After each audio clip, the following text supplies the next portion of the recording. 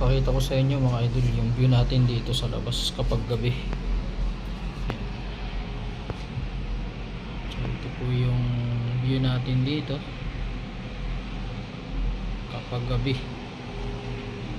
Kita po yung mga ilaw dito.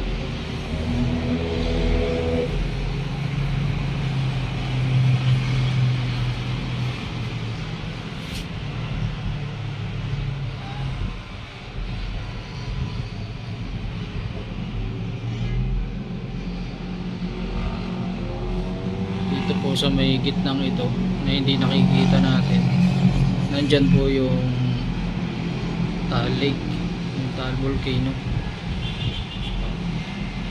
So gabi na kaya hindi po natin nakikita.